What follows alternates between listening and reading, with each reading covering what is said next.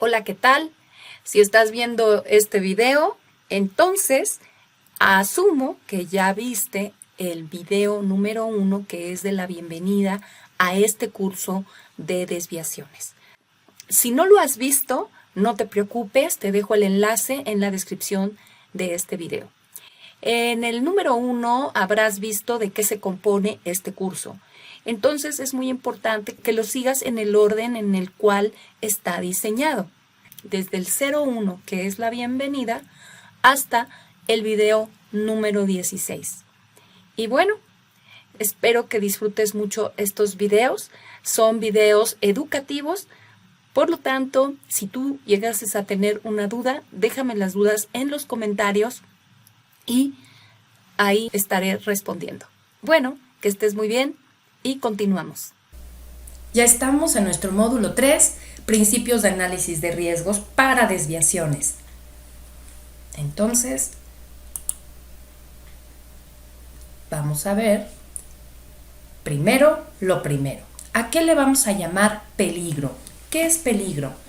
Peligro es algo que nos puede causar daño. Así lo tenemos que recordar. Cuando te preguntan qué es peligro, pues es algo que me puede causar daño. ¿Y qué es riesgo?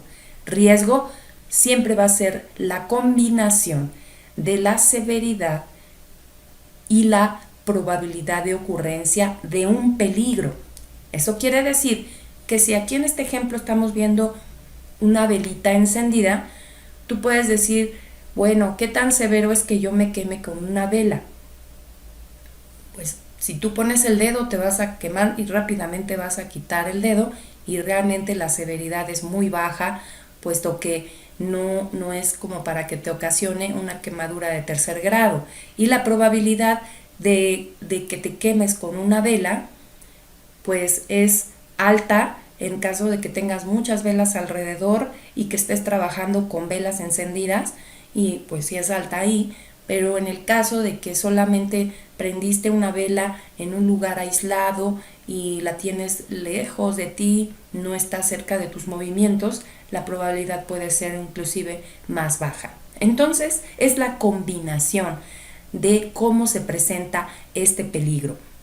Es muy importante esta definición, puesto que esto es lo que le llamamos riesgo, la combinación de severidad por la probabilidad de ocurrencia de un peligro identificado.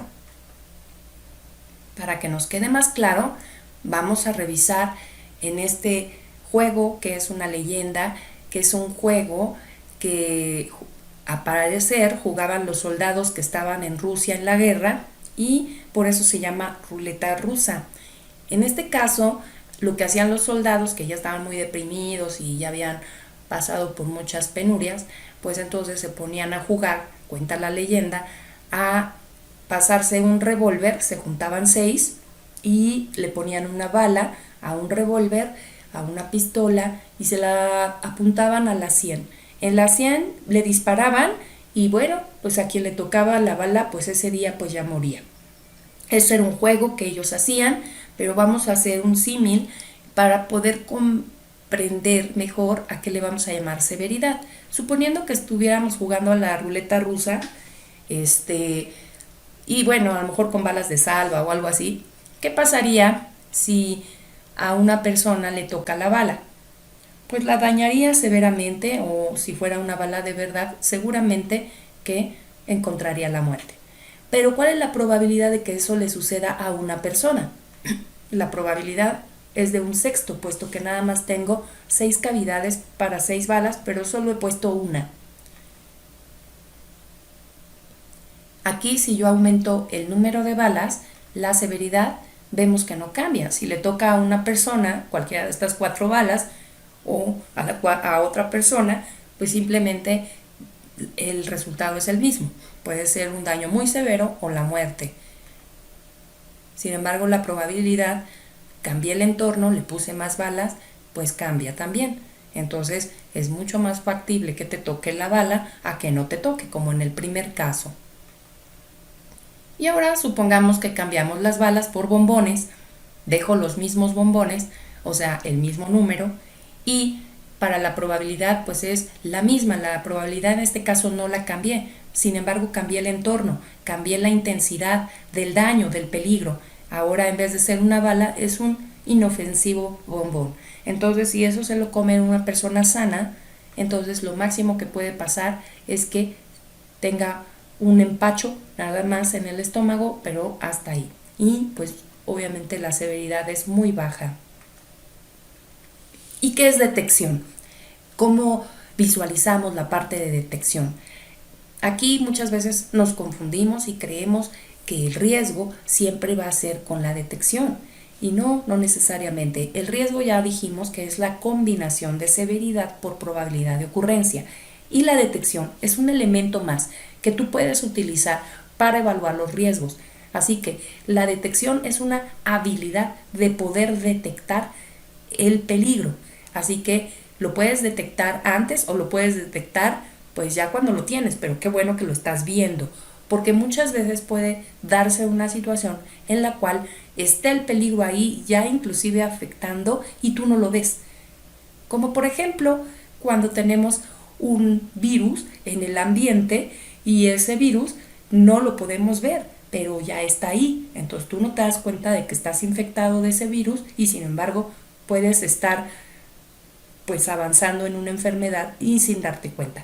Entonces ahí no tienes manera de detectar el momento ni los virus antes de que lleguen a tu cuerpo a infectarte. Vamos a hablar de tipos de riesgos.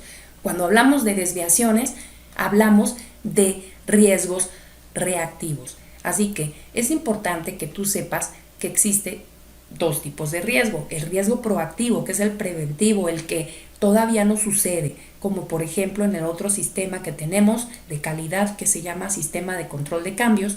Ese sistema está diseñado para que evalúes los riesgos desde el punto de vista proactivo y preventivo.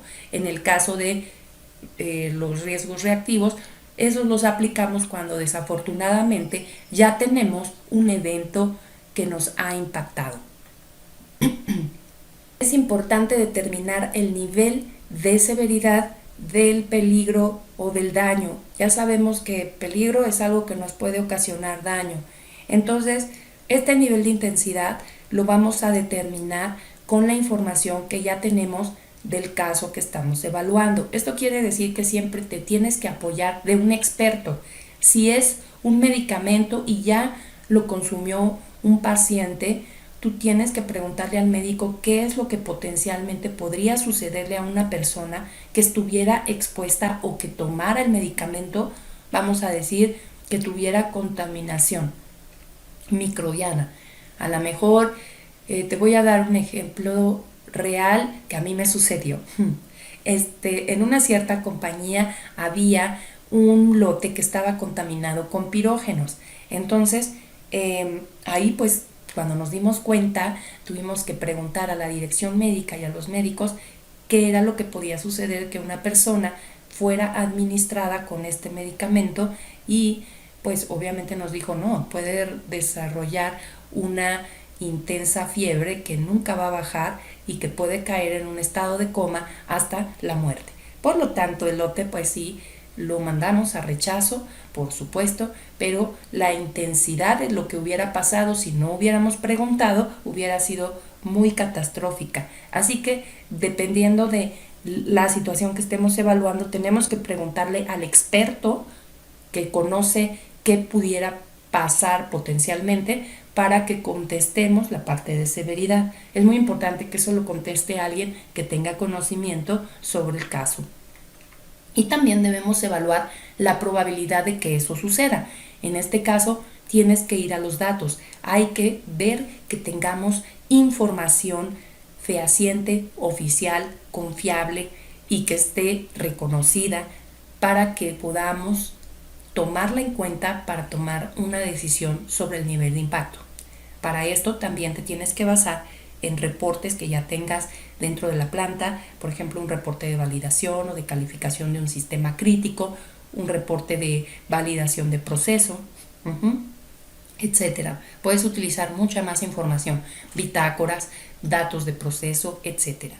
¿Y todo esto para qué? Para poder evaluar el nivel de probabilidad de que suceda ese daño que has identificado, ese peligro, para finalmente determinar un nivel de riesgo. Típicamente usamos 3 niveles de riesgo: el bajo, el medio, el alto, pero no es necesario que le pongas exactamente estas palabras que yo he puesto acá. Tú puedes elegirlas, puedes ponerle bajo, puedes ponerle aceptable o insignificante, puedes ponerle medio, medianamente tolerable, puedes ponerle alto, inaceptable, intolerable. La palabra que tú quieras para describir el nivel de riesgo de manera separada, es decir, de manera que se puedan distinguir uno de otro. También no es mandatorio que utilices siempre 3 niveles, puedes utilizar más niveles, 4 o 5, los que tú necesites. Puedes poner algo así como muy bajo, bajo, medio, medio alto, alto, alto, algo así. O puedes también colocarle cualquier otra cosa que para ti sea entendible o para la planta. Yo recomiendo que si estás empezando en este tema y todavía no somos muy robustos o no lo comprendemos todavía porque no somos tan expertos, empieces siempre en pequeño, es decir, que empieces por lo más simple, sencillo, que son 3 niveles, entonces bajo, medio y alto. Entonces ahora voy a explicarte un poco del tipo de escalas, porque ya las tenemos que tener predefinidas. ¿Cómo las tenemos que tener entonces? Predefinidas. ¿Qué quiere decir esto? Que ya las tengas en tu procedimiento hechas, que no las tengas que estar realizando cada vez que vas a evaluar una situación, puesto que eso no es la expectativa. La expectativa es que tengas una herramienta probada. Por eso es importante generarlas primero, retarlas con un caso práctico ya conocido o 3, que yo recomiendo que sean con 3, y después las establezcas en tu procedimiento. Por eso es muy importante que te platique rápidamente qué tipo de escalas tenemos y qué deben de tener como características. Tenemos escalas entonces lineales y tenemos escalas pues no lineales. ¿A esto a qué se refiere? Números continuos o discontinuos, es decir, escalas de 1, 2, 3 o escalas de 1, 3 y 5 sería una no lineal. También tenemos escalas cualitativas, cuantitativas o solamente cuantitativas. Yo prefiero utilizar cuantitativas, y también podemos tener escalas de un solo propósito, es decir, solo con un enfoque al paciente o solamente con enfoque a negocio o solamente con enfoque a la parte regulatoria, a la parte ambiental, a la parte de validación, etc. Pero a mí me gusta y yo te recomiendo para este curso y para cualquier tipo de evento que se presente en tu planta que tengas escalas ya predefinidas multipropósito. Que lleva una escala. Vamos a ver una escala, por ejemplo, de severidad. La escala de severidad va dirigida en este caso a la parte de paciente, es una escala unipropósito y debe de incluir estos 3 criterios al menos. Un valor para poderla hacer cuantitativa, debe tener una característica, es decir, un nivel que va a ser bajo, moderado o severo en este caso, y también a qué le vamos a llamar severo, a qué le llamamos moderado y a qué le llamamos bajo. Esto es una descripción de cada uno de estos niveles. Aquí, por ejemplo, estoy colocando 1 bajo, es para ligeras molestias que no requieren una visita al médico. 2, moderado, daños reversibles a la salud, una visita a consultorio u hospitalización, y un severo es daños irreversibles a la salud o la muerte. Es decir, que cualquier cosa que me provoque algo que yo ya no pueda regresar a mi condición de salud anterior, la voy a considerar como una severidad muy grave, y en este caso le he dado el nombre de severo y le voy a dar un número 3. Bien, entonces aquí, ¿qué debo cuidar al definir mi criterio? Debo de cuidar que sea muy específico, que no me deje otra interpretación. Entonces, aquí, por ejemplo, al decir que son daños reversibles, pues entonces entiendo que cualquier padecimiento que solamente se pueda curar, ya sea a nivel de consultorio o inclusive en el hospital, yo le voy a llamar un riesgo o en este caso un peligro que es moderado. Vamos a ver una no lineal. Aquí tenemos una de 4 niveles. Tú puedes hacer escalas de diferentes niveles, esto no está limitado. Yo siempre recomiendo que hagan 3 niveles. Sin embargo, si en un momento dado es importante para ti hacer más distinción entre ciertas características que se pueden presentar, puedes hacerla de 4 o de 5 niveles. Es lo máximo que yo te recomiendo. Más niveles se complicaría muchísimo. Entonces, pero tampoco es imposible. Entonces aquí tenemos 1, 4, 9 y 25. Si te fijas, esta escala es de 4 niveles, pero los valores no son continuos. Y también tenemos una descripción. Esta la estoy haciendo para un enfoque de producto. Por ejemplo, 1 es irrelevante, no hay daño en la aptitud de uso del producto, daños estéticos casi imperceptibles. Contra el desastroso, que sería falla del lote no recuperable por retrabajo. Quiere decir que esto, al no ser recuperable, tendrías que rechazar el lote y tirarlo a la basura. Así que a eso le llamaríamos desastroso. Y obviamente los intermedios son otros niveles de severidad que se están escribiendo y que también tú puedes definir dependiendo de lo que quieras evaluar. Pero aguas, siempre recomiendo que para desviaciones tengamos ya escalas predefinidas multipropósito, que no las tengas por separado. Aquí yo lo he separado en una para paciente y una para producto para podértelo explicar. Sin embargo, para desviaciones esto no es práctico. Vamos a ver una escala de probabilidad de ocurrencia y aquí, por ejemplo, tenemos una ponderación y tenemos una continua de 5 niveles donde ponemos remota, baja, moderada, alta y muy alta. Y aquí el criterio, ¿a qué le llamamos remoto? ¿A qué le llamamos bajo? Remoto es posible que ocurra, no se conoce la ocurrencia o fue hace más de 10 años. Baja rara vez ocurre, por ejemplo, anualmente. Moderada, poco frecuente, ejemplo, mensualmente. O sea, ¿qué le llamo poco frecuente? Si yo lo dejo solamente en poco frecuente, una persona puede pensar que es cada año o una persona puede pensar que es cada 2 semanas. Entonces es importante colocar cada cuándo realmente me refiero. En este caso, entonces, digo mensualmente, semanal o diario. Y así, si algo sucede a diario, siempre va a ser una probabilidad muy alta.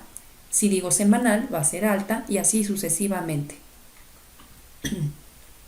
También tenemos otro tipo de escalas, que es la escala de detección.